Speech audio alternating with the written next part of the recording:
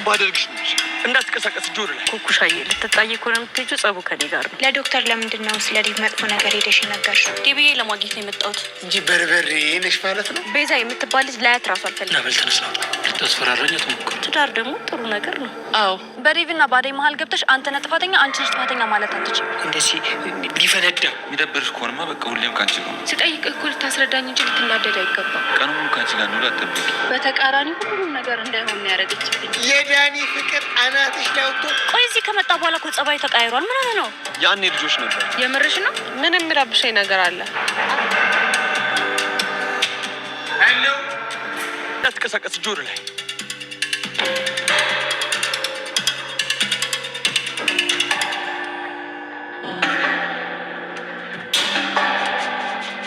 ባቡሬ ነግሬ ነበር። ገጀር እናንተና ማናችሁ ቅድም ያዩዋችሁ መሰለኝ። እኔ ለሊ ጓደኛ ነኝ ኢንስፔክተር። ዲብ ፍቅርን ከታገተችበት አስለቀቃት። ታዲያ ዲብ ፍቅርን አስለቅቆ ወደ ቤትም ይዟት እየሄደ ይገኝ ነበረ። ዲብም ከጥርጣሬው አንጻር ፍቅር አንቺ ነሽ አይደል ማሚ ደውለሽ ስለ አደይ ሁሉንም ነገር እየነገርሻት ሲልም እየጠየቃት ይገኝ ነበረ። ፍቅርም አይ ዲብ በፍጹም እኔ እንደዛ አላልኩም፣ ምናልባትም ሊዱ ትሆናለች እየነገረቻት ስትልም ለማስተባበል እየሞከረች ትገኝ ነበረ። ምንም እያላማናት ዲብ ግን ፍቅር አንቺን መቼም ቢሆን አላምንሽም እና ደግሞ ህይወቴ እንዲመሰቃቀል እያደረግሽው አንቺ ነሽ ሲልም እስስቷን አንቆ እያናዘዛት ይገኝ ነበረ። ታዲያ ፍቅርም ዲቭ አትሳሳት እኔ ምንም ነገር አላደረኩም ስትልም ጠቅጥቀው ትገኛለች። የዲቭ እና የአደይ መለያየት ለፍቅር ደስታን እየፈጠረላት አሁን ላይ ደግሞ እንዳልተጋቡ እርግጠኛ ስትሆን እጅግ በጣም እየተደሳሰተች ትገኝ ነበረ። በተደጋጋሚ ዴቭና ቤሪን አብራ ማግኘቷ አደይን አሁን ሌላ ጥርጣሬ ውስጥ እያስገባት ይገኛል። ምንም እንኳን ዴቭ ለማስረዳት ቢሞክርም ነገር ግን አደይ ከአየችውና ከምትሰማው አንጻር ዴቭን ለመረዳት በፍጹም ፍቃደኛ እንዳልሆነችም ጭምር አይተናል። ሰላም ጤና ይስጥልኝ ውድና የተከበራችሁ ቤተሰቦች እንዴት ናችሁ?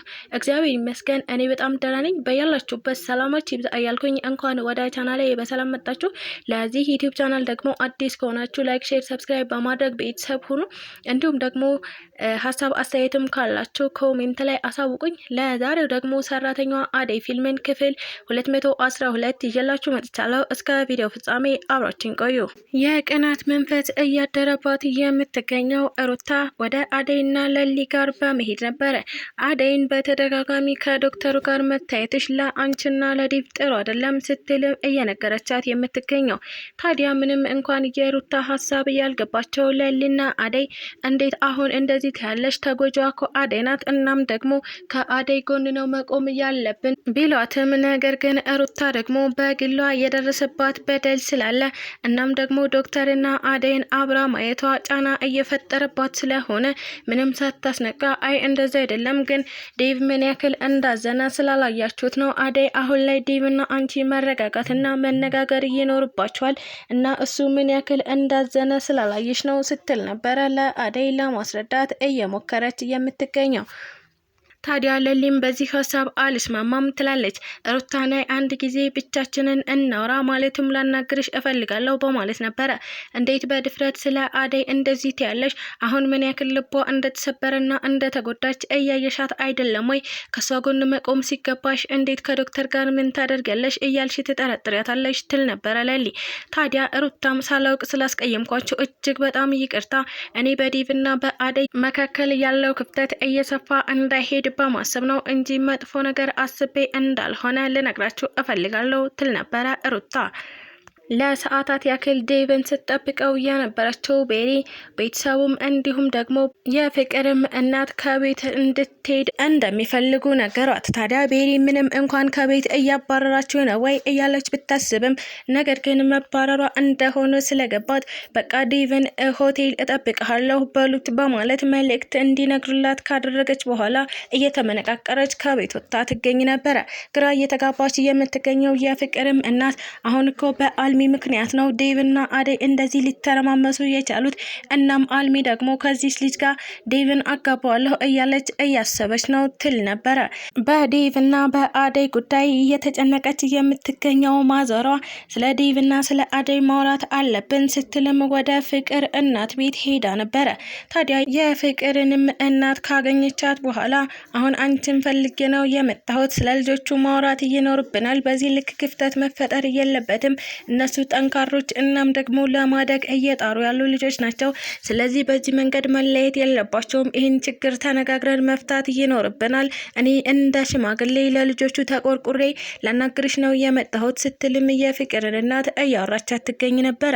ታዲያ የፍቅርም እናት ይህ ነገር እኔንም አሳስቦኛል፣ እናም እንደ እናት ቁጭ ብለን ማውራት ሳይኖርብን አይቀርም፣ አሁን ላይ የዴቭን እናት ምን ብዬ ላስቆማት እንደምችል ግራ ተጋብቼ ነበረ፣ እንኳን መጣሽ ላማክርሽ፣ እስቲ ምን ላድርግ ስትልም መፍትሄ እየጠየቀቻት ትገኝ ነበረ። ማዘሯና የፍቅር እናት የሆድ ሆዳቸውን ካወሩ በኋላ የዴቭን እናት ማናገር እንዳለባቸው እናም ልጆቹን አስማምተው እንዲጋቡ ማድረግ እንዳለባቸው ተወያይተው ይገኛሉ። ሰው በደህና ቀን ሀብታም ሆኖ እንዴት ይጨነቃል የሚለው ዳይመንድ እጁ ላይ ያለውን ገንዘብ ለምን ማዋል እንዳለበት ግራ እየተጋባ ይገኝ ነበረ። ዳይመንድ ምንም እንኳን ስለ እቅዱ ለመጻፍ ቢሞክርም ነገር ግን የሚመጣለት እቅድ እጅግ በጣም ብዙ ሆኖበታል። እናም ደግሞ ለእቅዱ ያለው ገንዘብ እንደማይበቃው ሲያውቅ ለምንድን ነው የሚጨናነቀው? በዚህ ሰዓት ሀብታም ሆኜ እንዴት እጨናነቃለሁ ይል ነበረ። ታዲያ ዳይመንድ ምንም እንኳን እጁ ላይ ያለው ገንዘብ የማያልቅ ባይመስለውም ነገር ግን ለሚሰራው ስራ ደግሞ አስፈላጊውን ገንዘብ እንደሌለው ሲያስብ ለምንድን ነው እንደዚህ የምጨናነቀው እያለም ከራሱ ጋር እሰጥ አገባ ውስጥ ገብቶ ይገኝ ነበረ። በጭንቀት ጭንቅላቴ ሊፈነዳ ነው የሚለው ዳይመንድ አሁን ላይ ዶክተሩን ማማከር አለብኝ በማለት ወደ ዶክተሩ ቢሮ ጎራ ብሎ ይገኝ ነበረ። ታዲያ ዶክተሩም ዳይመንድ እንኳን ደህና መጣህ ካለው በኋላ ሊያግዘው የሚፈልገው ነገር እንዳለ እየጠየቀው ይገኝ ነበረ። አይ ዶክተር ታምም ያለው ዛሬ የመጨረሻ ሕክምና እንድታደርግልኝ እፈልጋለሁ፣ ወደ አንተ የመጣሁት ታምሜ ነው ሲልም ለዶክተሩ ለማስረዳት እየሞከረ ይገኛል። ዶክተር ኢዩኤልም እሺ ዳይመንድ እሰማሃለሁ፣ ምንድነው ምንክነው ያመመህ ሲልም በትህትና እየጠየቀው ይገኝ ነበረ።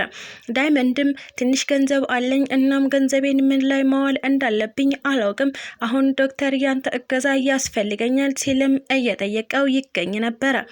ታዲያ ዶክተሩም ዳይመንድን ተረጋግቶ እንዲያስብ እናም ደግሞ ቀለል ያለ ስራ እንዲጀምር ገንዘቡን ማበካከን እንደሌለበት ከነገረው በኋላ አንድ ፔሸንት አለብኝ እሱን እና አሁን አብረን እንወጣለን ሲልም ነግሮት ነበረ።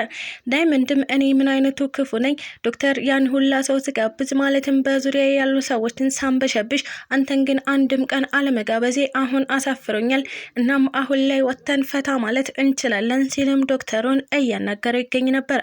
ዶክተሩም አይ በፍጹም እንደዛ አይደለም፣ ነገር ግን አብረን እንወጣለን ጠብቀኝ ብሎትም እሱ ፔሸንቱን ለመጎብኘት ሄዶ ይገኛል። ሁልጊዜ ከአጠገቤ እንድትሄድ አልፈልግም የምትለው ቅምጥል አሁን ላይ ኪንጎን አስሮ የማስቀመጥ ያህል ሀሳብ እየተመኘች ትገኛለች።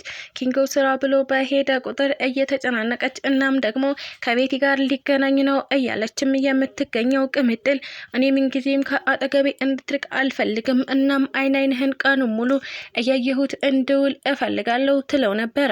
ታዲያ ኪንጎም ያለ ስራ እንዴት ይሆናል? እኔ ስራ ባይኖረኝ እንኳን ቤት ውስጥ መቀመጥ እንደማልፈልግ ታውቂያለሽ፣ እባክሽ እንድታሰር አታድርጊኝ እያላትም ይገኝ ነበረ። ይህንን ስራ ከጀመርክ እና ቤቲን ካገኘህ በኋላ ኪንጎ ጸባይህ እየተቀያየረ ነው፣ ይህ ነገር ደግሞ እኔን እያሳሰበኝ ነው ትላለች ቅምጥል። ዴቭ በመጨረሻ ቤሊን ያዥልኝ ማለትም አሳርፊልኝ፣ እኔ በፍጹም ከሷ ጋር ሊሆን አልችልም፣ እኔ አሁን እጮኛ ያለኝ ሰው ነኝ፣ እናም ደግሞ ቤሊና እኔ የልጅነት ጓደኛሞች እንጂ ፍቅረኛሞች አይደለንም እያለም ለእናቱ እየነገራት ይገኝ ነበረ።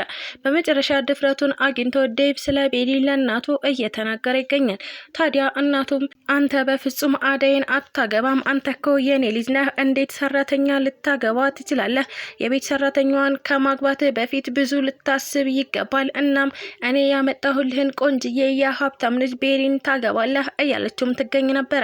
ስለተከታተላችሁኝ እጅግ አድርጌ አመሰግናለሁ። ለቻናሌ ደግሞ አዲስ ከሆናችሁ ላይክ፣ ሼር፣ ሰብስክራይብ በማድረግ ቤተሰብ ሁኑ። እንዲሁም ደግሞ ሀሳብ አስተያየትም ካላችሁ ኮሜንት ላይ አሳውቁኝ። ኢትዮጵያ ለዘላለም ትኑር እያልኩ ሰናበታችኋለሁ።